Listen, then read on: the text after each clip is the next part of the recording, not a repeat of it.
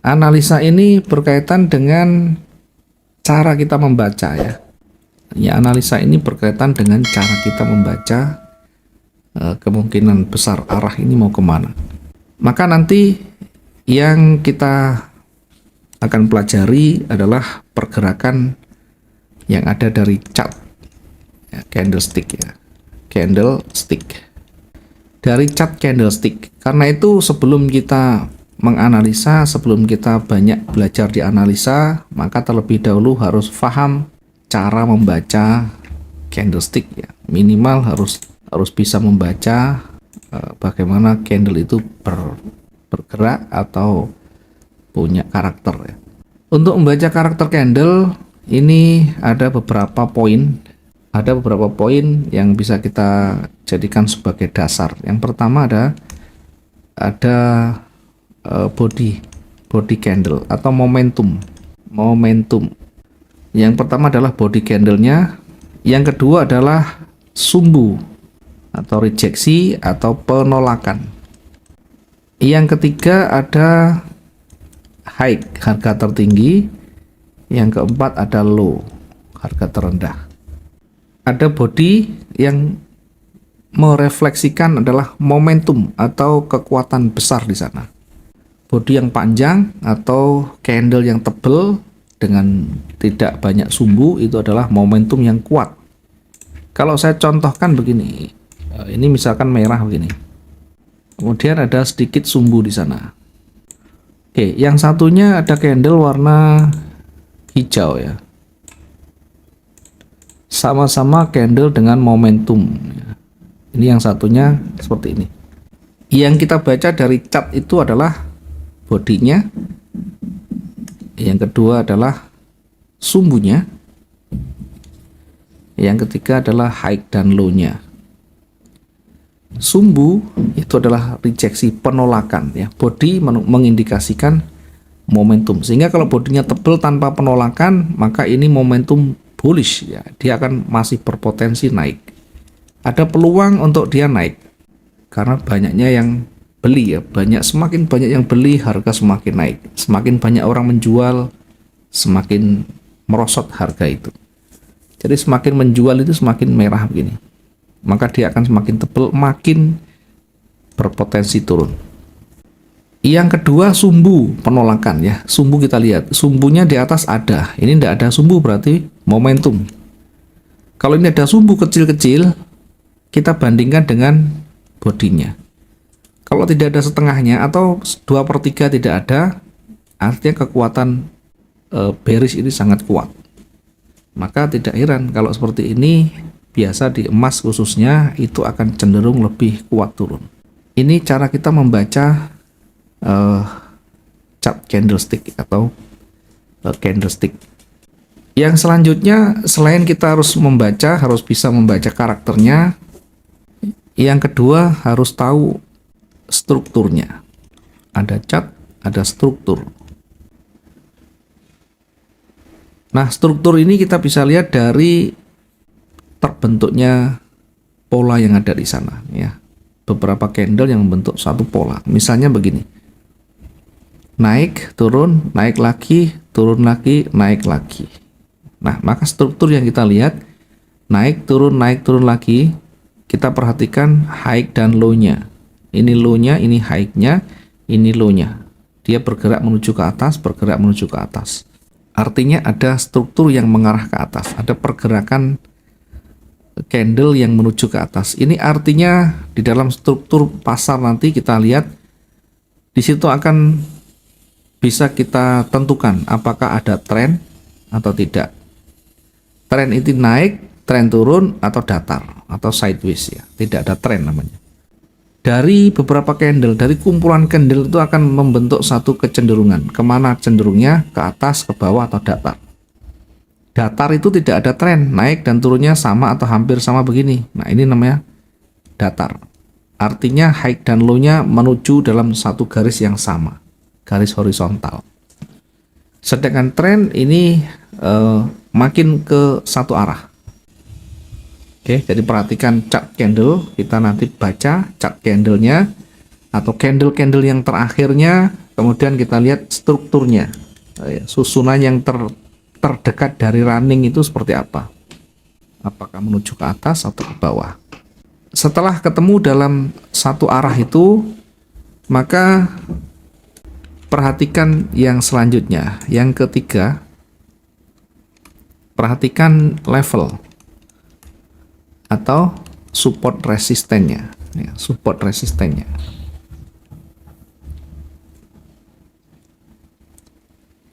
Support itu ketika dia turun, terhenti, kemudian berbalik naik, maka ini support.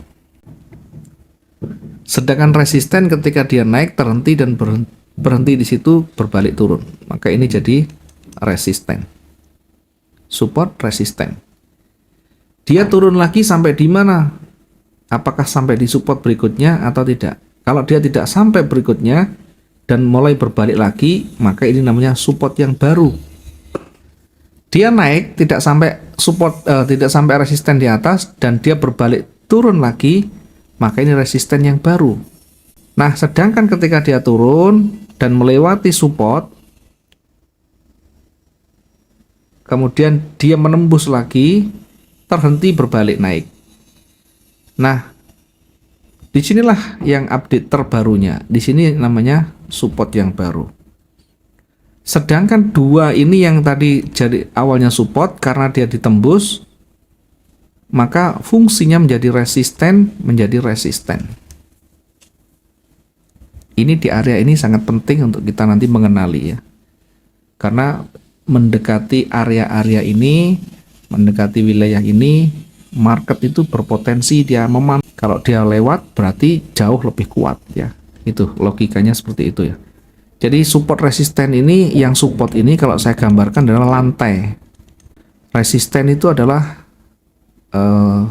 plafon ya. Kalau kita melempar bola ke atas atau melempar batu ke atas, kekuatan plafon ini jauh lebih kuat, resisten ini kuat, maka dia akan memantul, terpental. Sebaliknya ketika kekuatan lemparan ini jauh lebih kuat, nah di sini bisa menembus plafonnya, maka dia akan jebol ya. Maka dia akan break di sana.